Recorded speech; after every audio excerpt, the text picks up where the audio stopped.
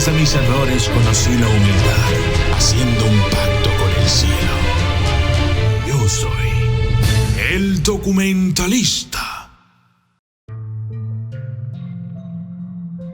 5 datos curiosos y aterradores sobre Spider-Man. ¿Sabías que hay algunos oscuros secretos que no conoces sobre Spider-Man? En este video voy a compartir con ustedes 5 datos curiosos y aterradores sobre Spider-Man que quizá no conocen. Desde su oscura historia de origen hasta sus poderes arácnidos, hay muchas historias sobre este superhéroe que están rodeadas de misterio. ¿Crees que lo sabes todo sobre Spider-Man? Pues prepárate para sorprenderte con los oscuros datos que estoy a punto de revelar. Número 1. Spider-Man podría ser judío. Marvel se ha mantenido al margen de cualquier afiliación religiosa abierta cuando se trata de uno de sus superhéroes más queridos. Quizás muy sabiamente. Sin embargo, para los que leen detrás de las líneas, o en algunos casos, simplemente leen las propias líneas, hay una serie de pistas interesantes. Spider-Man ha sido escrito por una serie de destacados guionistas judíos, como las leyendas del cómic Peter David, Brian Michael Bendis y, por supuesto, el creador, Stan Lee. Su diálogo a menudo está plagado de rastros de Yiddish. Avi Arad, productor de Spider-Man y Los Vengadores, comentó que le parecía evidente que Stan Lee se había basado en sus propias experiencias para retratar a los Parker como una familia judía que intenta forjarse una nueva identidad en la ciudad. Andrew Garfield, el actor judío que interpreta a Spider-Man, cree que el buen hijo neurótico que nunca cree haber hecho lo suficiente para ayudar a todo el mundo representa la cultura judía. Número 2. Spider-Man habla con el diablo. Más que ningún otro cómic, Spider-Man representa el dilema esencial de los guionistas de Marvel. Por un lado, los lectores veteranos de los libros esperan que los guionistas sacudan el statu quo, pero como siempre hay otra adaptación de Spider-Man a la vuelta de la esquina, la empresa quiere que el cómic sea accesible para los nuevos lectores.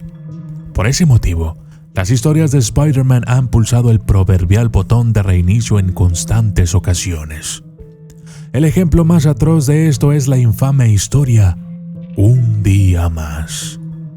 Los que solo conocen a Spider-Man por las películas apenas reconocerían al héroe. Hacía tiempo que se había casado con Mary Jane y recientemente había apoyado la petición de Iron Man de que se registrara como superhéroe, desenmascarándose ante todo el mundo. El Kingpin, tras conocer la identidad de Spider-Man, contrató a alguien para matar a Peter Parker. Pero la tía May acabó herida en su lugar. Cuando los héroes del mundo no pudieron salvarla, Spider-Man recurrió al equivalente del diablo en Marvel, Mephisto. Mephisto accedió a salvar la vida de May e incluso a hacer que el mundo olvidara a Peter Parker, pero al precio de borrar su matrimonio con Mary Jane. Esto permitió que la narrativa se ajustara a la familiar para los nuevos lectores, pero esa torpe historia fue vilipendiada tanto por los fans como por los creadores. Y estos últimos afirmaron que Marvel, esencialmente, les obligó a escribir la historia. Número 3. Spider-Man es un clon. En los años 90, Marvel decidió cambiar las cosas retomando una trama de Spider-Man de los años 70, en la que un profesor loco de Peter creaba un clon de Spider-Man. Al parecer, el clon murió, pero reapareció 2 décadas después como la Araña Escarlata. Las cosas se ponen raras cuando la historia insinúa que ese clon es el real y que el Peter que conocemos y amamos todos es, de hecho, el verdadero clon. En el fiasco subsiguiente, Peter pierde sus poderes, deja embarazada a Mary Jane y se muda a Portland. Al final, el statu quo de Peter como héroe de Nueva York se restablece cuando el cómic revela que las travesuras del clon no eran más que otro complot del Duende Verde. Tras la indignación de los lectores para la desconcertante historia, Marvel Comics se declaró en quiebra a finales de 1996. Por suerte para ellos, Marvel solo permanece muerta mientras lo estén los personajes que escriben. Número 4. ¿Spider-Man es malo? Una de las líneas argumentales más recientes de Spider-Man ha sido también una de las más controvertidas. Durante la batalla contra un Doctor Octopus moribundo, el villano utilizó su propia tecnología innovadora para colocar su mente dentro del cuerpo de Spider-Man. Esto es habitual en los cómics. Tanto héroes como villanos son controlados mentalmente por sus enemigos con regularidad. El Doctor Octopus consiguió expulsar la mente de Peter de su propio cuerpo y se dedicó todo un año de cómics de Spider-Man al intento del Doctor de ser un Spider-Man superior. En algunos casos, esto funcionó para bien. Mientras manejaba el cuerpo de Spider-Man, el Doctor Octopus ayudó a Peter Parker a terminar un doctorado y a fundar su propia empresa. Sin embargo, también se ganó la ira de grupos como los Vengadores por su estilo de justicia excesivamente brutal y a veces incluso mortal. Ante la perspectiva de que el Duende Verde destruyera todo lo que había creado, el Doctor Octopus sacrificó su mente y su vida para devolver a Peter su propio cuerpo, justo a tiempo para que Spider-Man salvara el día. Número 5. Spider-Man murió.